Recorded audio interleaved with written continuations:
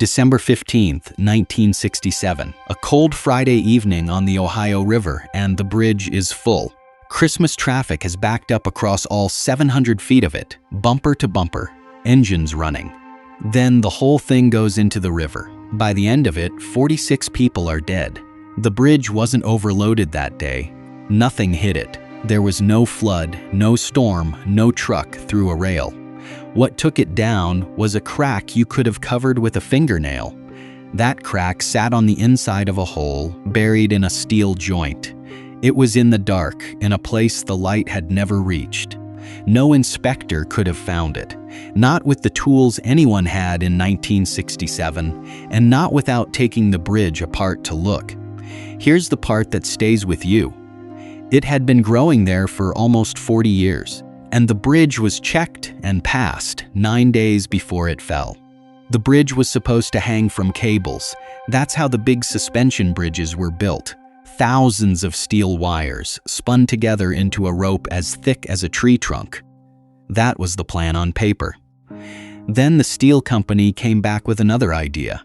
Rather than cables, they'd hang the road from a chain. Flat steel bars, a hole drilled at each end, pinned together like the chain on a bicycle. It was stiffer. It used less steel. It came in at a lower price, and nobody in America had ever built a highway bridge that way.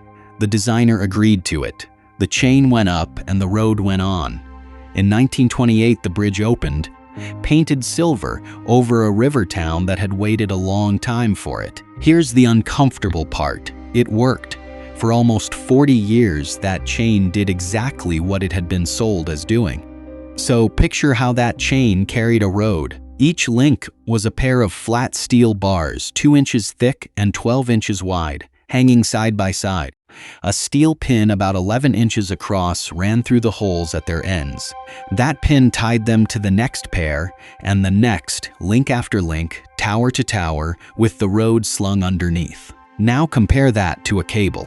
A cable is thousands of separate wires. Break one and the other thousands quietly pick up its share, and nobody ever knows. This chain had 2 bars per link. That's it. If one let go, everything it carried moved instantly onto its partner. That partner had never been designed to hold the load alone. Investigators said it plainly, decades later. With 3 or more bars in every link, one broken bar might not have taken the bridge down. There was no spare anything. Why so few bars? Because of the steel.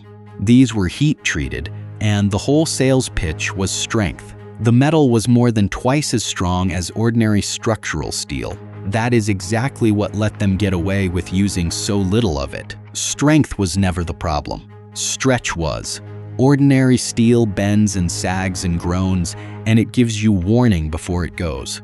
This steel stretched about 5%, and then it was done. It didn't bend, it snapped. The design leaned on it harder still. Over part of each span, the chain wasn't only holding the road up. It also worked as the top edge of the stiffening truss.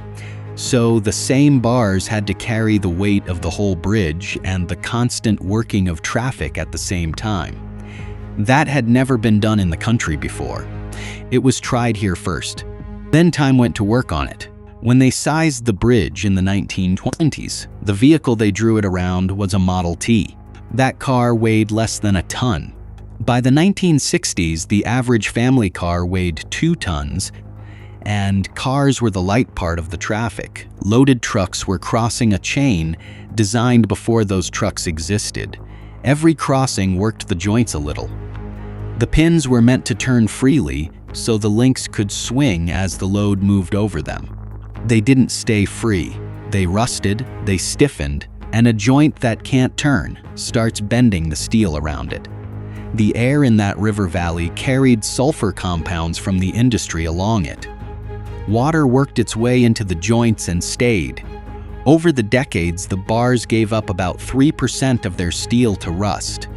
Down inside one of those holes, on the surface where metal rubbed metal, a pit of corrosion opened up. It was smaller than a grain of rice. From outside the joint, there was nothing to see at all.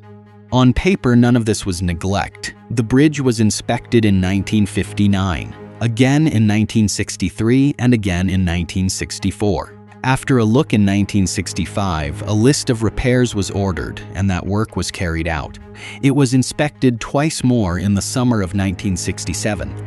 A maintenance engineer walked it one final time on December 6 of that year. That's 9 days between the last inspection and the collapse. All of it was done to the standards of the day, which were whatever the state itself had written down. There was no national rule saying who had to inspect a bridge, or how often, or what counted as looking. The bridge passed every single one, and that is the part worth sitting with. The men doing those inspections weren't lazy and they weren't blind. The crack was on the inside surface of a pinhole, sealed in an assembled joint under 40 years of paint and rust. To see it, they'd have had to take the joint apart. Nobody takes a working bridge apart to find out whether it's safe to leave standing.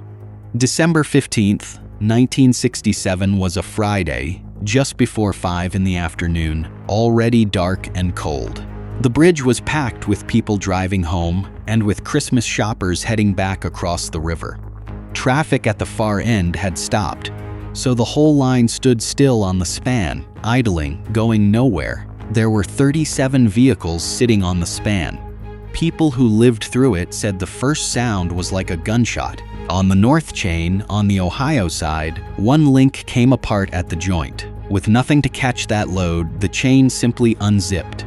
The towers pulled inward. The road went down in one long piece, folding as it fell, and it took the traffic with it. In all, 31 vehicles went into the water. At the near end, the approach came down onto the shore, on top of whatever happened to be under it. The rescue was a river rescue in December, in the dark.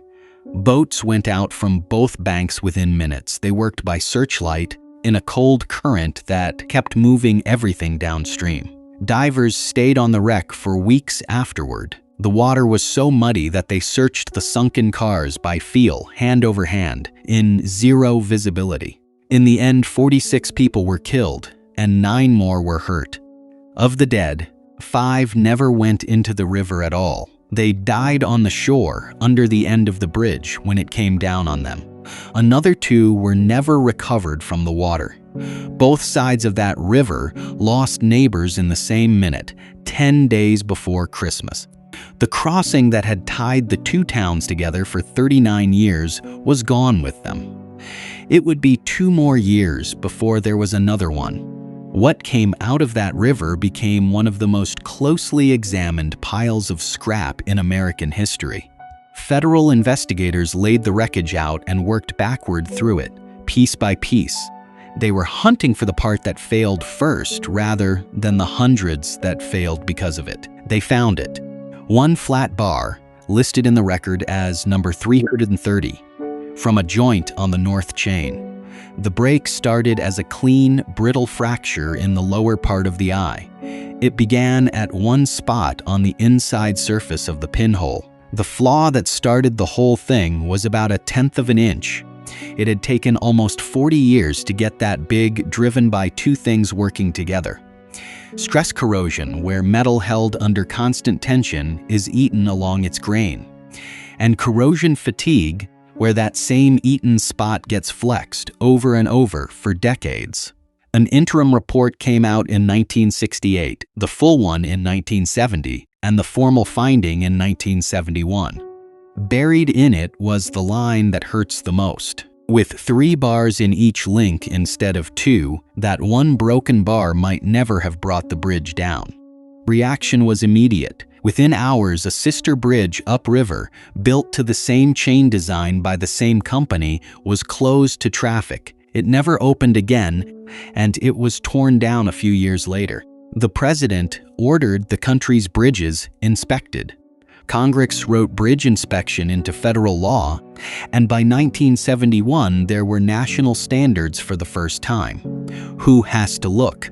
How often they have to look? What they have to write down when they do. Before that, an inspection meant whatever each state decided it meant. The rules kept widening from there, and by 1978 they covered every bridge in the country longer than 20 feet. A new crossing opened downstream on December 15, 1969, 2 years to the day. Now, here's the number to sit with. Of more than 600,000 bridges in the United States, over 4,700 are rated structurally deficient. They carry roughly 178 million trips a day. Those standards exist because 46 people went into a river. And they only work if somebody actually looks.